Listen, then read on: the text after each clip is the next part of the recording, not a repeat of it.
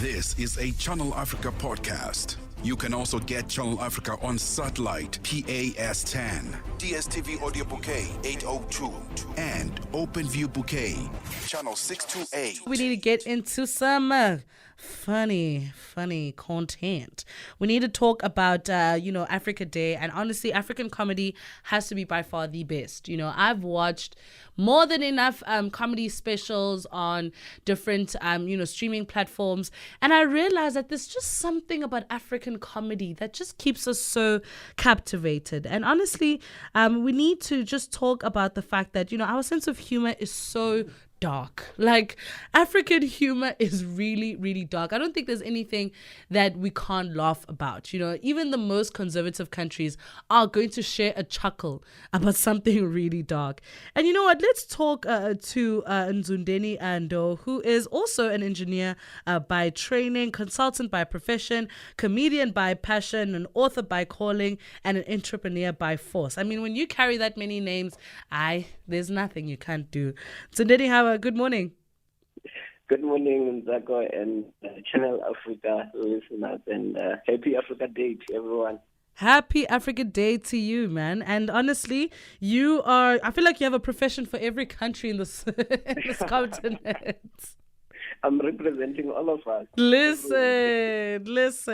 So now let's talk about the transition from engineering to comedy. When did comedy find you for you to, now say comedy by passion and engineer by training? I just want to find the gap in between there. Yes, no, that's quite an interesting question. So a lot of people who are comedians will usually tell you that growing up they wanted to be comedians. Growing up they were class clowns and all of that. I was none of that, by the way. So I was deeply focused on my books, on my academics. I wanted to get all the best scores, and sure, I did. When I matriculated, I was actually one of the best performing students in the country, as well as being a top student in my province. So I was not even really thinking about jokes at the time, right? But like the sense of humor had already been there, and with friends who would laugh around and all of that. So the interesting thing that happened was that I got into writing, and I've published 2 books, one today to excel and the other one today to do.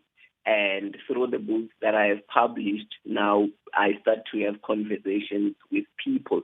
And the feedback that would come from those conversations, one of them that was quite persistent and consistent was that, dude, you're really funny. You're really funny. And I used to take it very lightly, getting that kind of feedback. But then I remember one day there was a particular comment from a reader of one of my books who asked the question, have you ever considered stand-up comedy?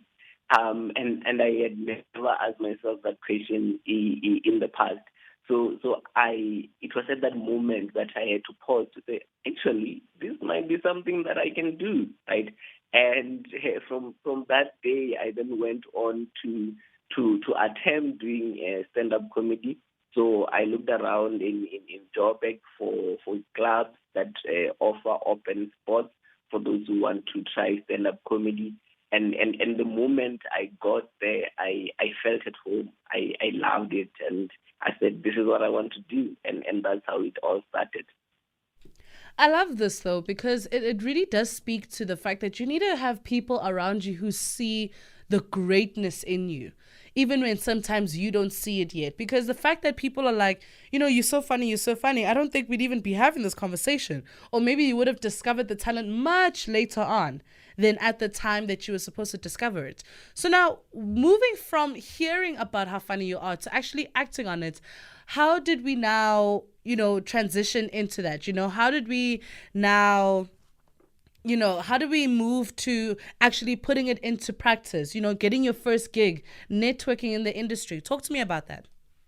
Yeah, so first thing, I think for me, when I got into comedy, I actually felt at home, and there is a Japanese concept that I like. It's called ikigai, ikigai, right?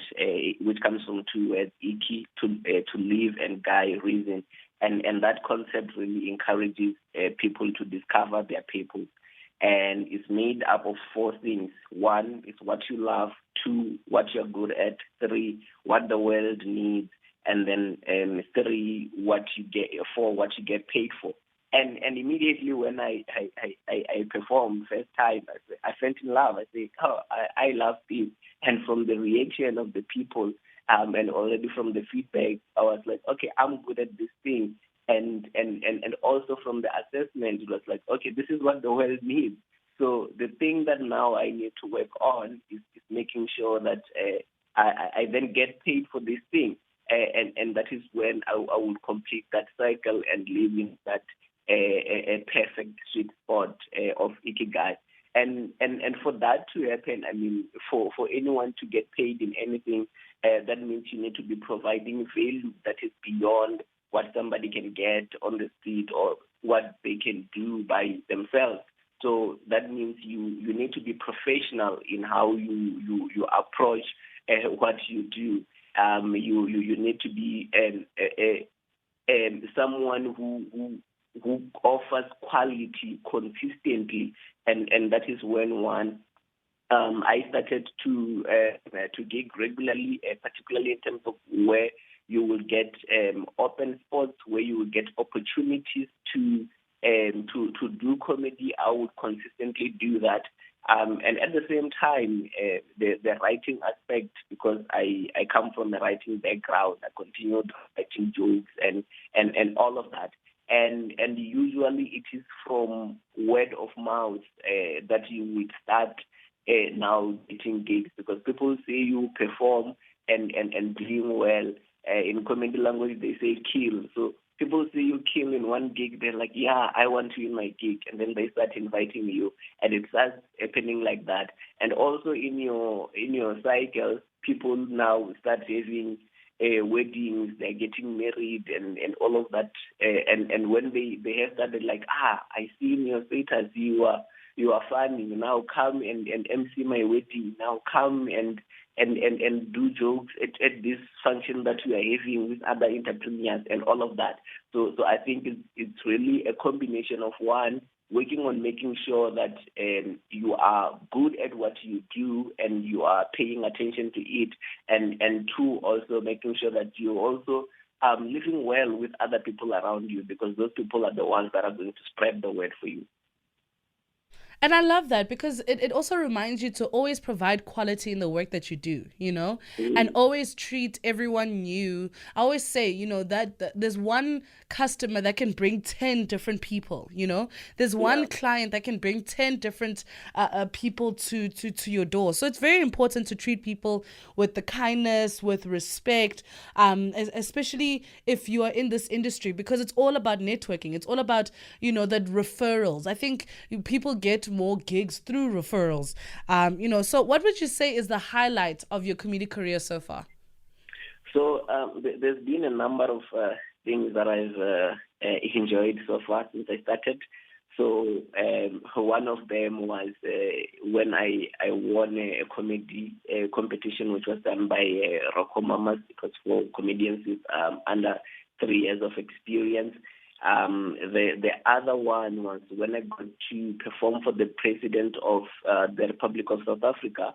It was at an award event for his foundation, the Cyril Ramaphosa Educational Trust, and that was an amazing thing to do. And recently, last year in December, I had my first one-man show. It was beautiful. It was packed. Actually, it was overflowing, because people came even after the tickets were sold out. And if you know anything about comedy, that usually takes a long time for one to even come to do a one man. Other people take like 7 years or so. So for me to be able to do it in like under 3 years, for me, that was one of the beautiful moments in my career so far. And who do you see yourself, performing with? I mean, you can only go up from here, man. Who do you see yourself performing with? Who would you like to collaborate with in the future? That's a beautiful question, and I have really not thought about that. But like, first, growing up, the person that I was exposed to mostly in terms of comedy was Trevor Noah, and he's a great South African great. He's a world great. So I think it's one name that I'd really love to be on stage with. And then after I got into comedy, I also started loving a lot of Dave Chappelle. He's someone that I really love. So I would say him as well. But for me, it's not just about the big guys or the well-renowned people, because I see a lot of guys on the ground who are doing good work. Because the way I treat inspiration is different from the way I treat my crushes. I want my crushes to be people I can't access, who are very far. But in terms of inspiration, usually I get inspiration from people who I can see on a day-to-day basis. So this one I would say is not necessarily one I would say I want to perform with, because I've performed with. But one person that I also like on the local scene who has been doing some great work is a guy called CC Junior. Every time I see him on stage, it's been fantastic, and I just learn a lot from him. Nah, man, this is so exciting. And I'm really excited for you that you still get to, have this career and also have your passion as well. It's a constant reminder to us that we must never box ourselves. You can be, heavy into academia, but also have this creative passion. And there's no stopping anyone from pursuing both. Because I don't know why we limit ourselves as people. We say, no, I can only do one or the other. But if you make the time to do both, and it can happen. Maybe you 9 to 5, and then from 6 o'clock you have a gig until 9, but you're making money on both ends. So I think it's so important for people to learn from that. And I'm really excited for you as well in terms of your career. Yeah. Where can we find you on social media? How do we book you? All of that jazz. Yeah, no. Before I get to that, I just want to comment on what you said, to say, I think it's usually what society would paint to say, if you do this, then the other thing is not possible, is not really what is actually possible and whatnot. So I think if you believe in something, if you have a dream about something, then you go for it, no matter what kind of person you are.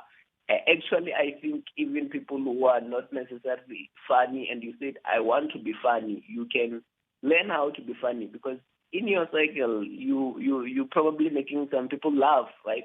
And the skill is just transferring it to the stage. So I think everyone can be able to do that with no limitation.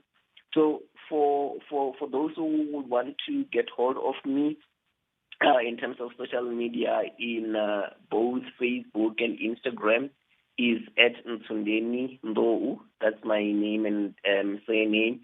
And then TikTok is at Ntsundeni95. And X, which is Twitter in the past, is at Ntsundeni Rich. Those are the platforms that you can get hold of me for further information. Amazing stuff, man. Thank you so much for joining us today. It's been an absolute pleasure having you. Thank you so much for having me. I thoroughly enjoyed this. Awesome stuff. That podcast was courtesy of Channel Africa, the African perspective.